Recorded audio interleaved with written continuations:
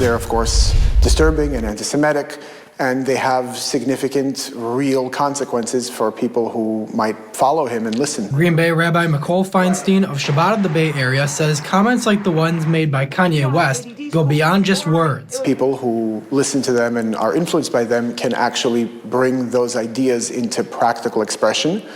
All sorts of assaults, whether physical or verbal, intimidation, actual damage to buildings, swastikas. And Feinstein isn't alone. Rabbi Moise Steigman from Greenbay's Congressional Knesset Israel says his initial reaction to the comments was shock. How can someone hate someone else simply because they're Jewish? Like Feinstein, Steigman says there are worries around what people could do in relation to the anti-Semitic remarks. He has incredible bandwidth. So if people are going to admire him for his artistic work, people might admire him for his thoughts and his beliefs. Those fears aren't unfounded. According to Trent Spoelstra from the Midwest Anti-Defamation League, data has shown a steady increase in anti-Semitic hate crimes. Last year was by far the highest number of anti-Semitic acts that we've seen since we've done this report. In fact, we had over 2,700 instances. Spoelstra says the usual action plan for the ADL would be to try to educate, but West's case is different. It's past rectification, if you will. You know, with Yair Kanye, this is somebody who is blatantly hateful, blatantly anti-Semitic.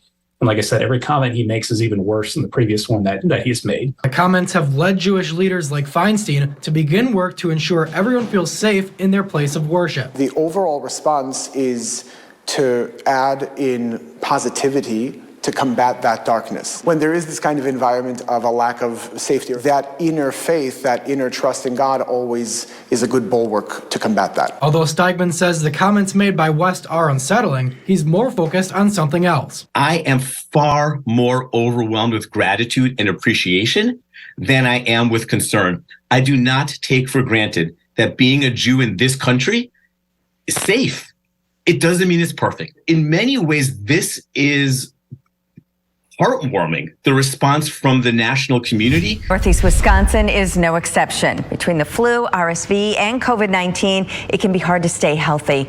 Dr. Brad Burmeister is an emergency physician with Bellin Health, and he joins us now live via Skype. Good morning, Dr. Brad. Good morning.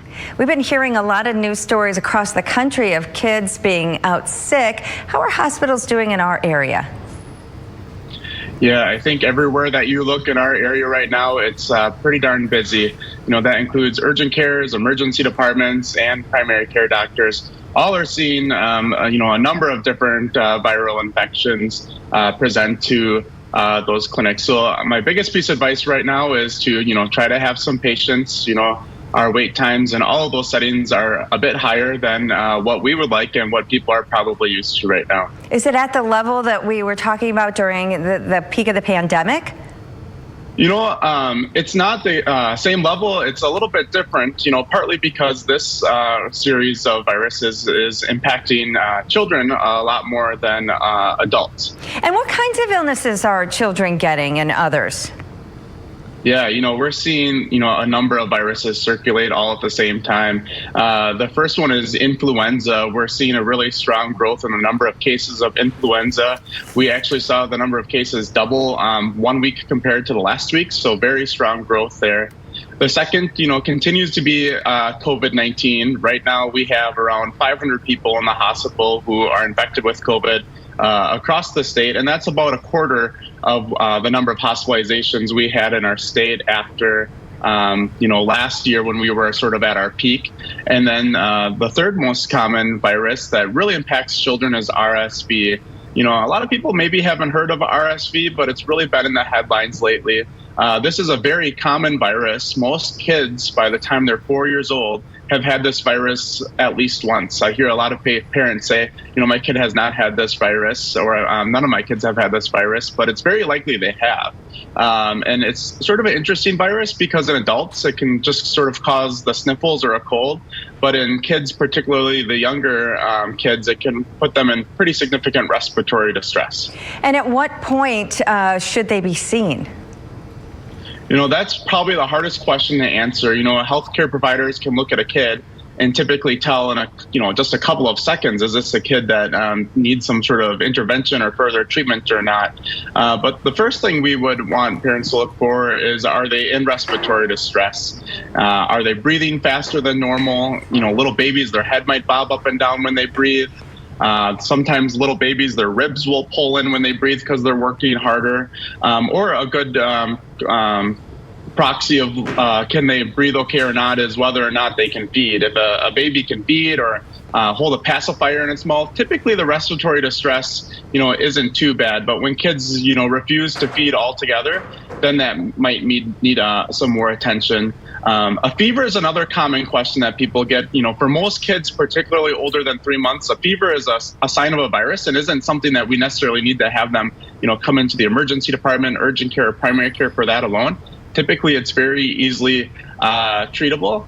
And then, another category is when kids just aren't acting themselves. Now, this is sort of a spectrum where on one end, kids, might just be more sleepy or not as playful. But on the more severe end, when we want to see kids, is when they really don't wake up or respond to it all. Of course, that sounds really scary. And that's someone that we want to see in emergency departments and urgent care. But this was sort of a lot of information, and the nice thing is that 24/7 there's a nurse available via phone that can help parents sort out if their kid needs to be seen urgently, if they can wait to be seen, or give some other advice just over the phone. Oh yeah, when my kids were little, I was on the phone with the nurse all the time. That's what they're there for. Now, how are these viruses treated, and can they be prevented? Yeah, great question. So viruses don't really have any treatment available at all. So instead, we turn our attention to trying to manage the symptoms and help people feel a little bit better until they sort of heal on their own. We get a lot of parents and other patients when adults get sick asking for antibiotics. And this is always a tough one because antibiotics have side effects too. And, a lot of people say last time I got a cold, the antibiotics helped, but almost certainly what happened was that you just happened to get better on its own once you started your antibiotics. Tylenol, ibuprofen can commonly be your friend. An air humidifier can sometimes make that mucus a little thinner and make it easier to breathe. And then for kids who aren't feeding as well, feeding less amounts but more often can be something that's really helpful.